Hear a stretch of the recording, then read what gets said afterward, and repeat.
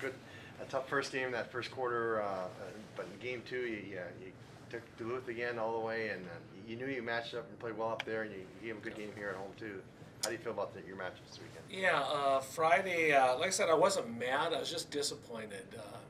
Big first quarter, and we just never were into it. And then looked like the same thing was going to happen all over again against Duluth. Another big quarter, we gave up 26 points, but really pleased how the girls battled back. We gave Duluth a good game up there, and they're the #1 team in the conference right now overall. So again, really pleased. It was a heartbreaker, having a 3-point lead with about 20 seconds to go. They had the ball and make that tough 3-pointer. But again, it'd been nice. It'd been probably sent some shockwaves around the conference, getting that one. Can you talk a little bit about Mariah's development within this program to get to a 1,000-point scorer level? Yeah, like I mentioned at our athletic lunch, and I was pretty hard on Mariah her sophomore year, and I haven't had to say boo to her. And the nice thing about Mariah is she's really developed into a leadership role. She really helps the young girls with what we call buddy coaching.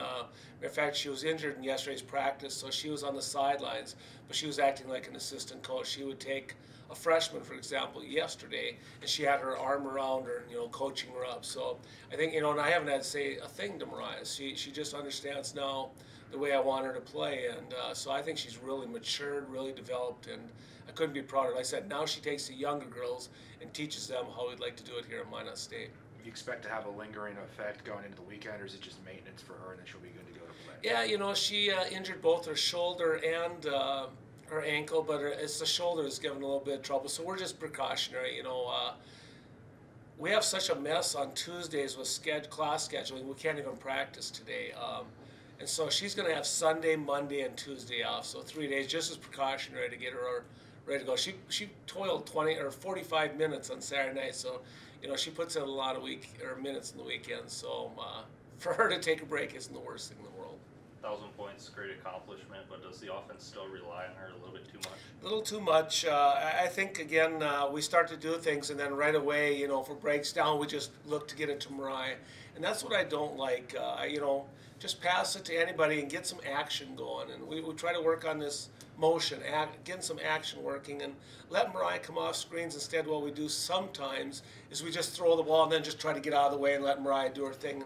And I don't like that, but to Mariah's credit, I probably wish I could redo the last 12.5 seconds. We set a play for her.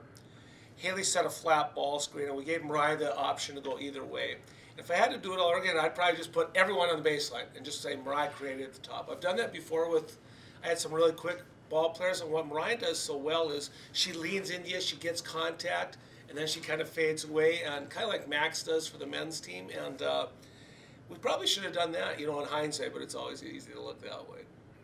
Now you step out of division play, you get Southwest and Sioux Falls. Do you know much about these teams coming in? Yeah, I'm right in the middle of watching Southwest State. It looks like they're similar to last year, 4 perimeter players and then a 6'4" post. What they do is something called dribble drive. They just attack. They just attack and pitch. Almost 40% of their shots are 3-pointers.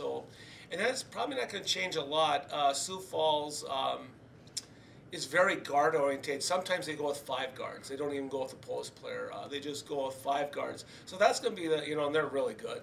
They're, I think, maybe on the top in the South Conference. So they're really good. So it's going to be 2 very perimeter orientated teams this weekend, and a little bit of a similar style that they're going to shoot a lot of threes, and so that'll be our challenge this weekend. I thought we did a great job. Brooke Olson was voted the top player in the North, and she only had 6 points for Duluth on Saturday. I thought our girls did a great job under her. Now, they have some girls can shoot the 3, but this problem this weekend is guarding the perimeter.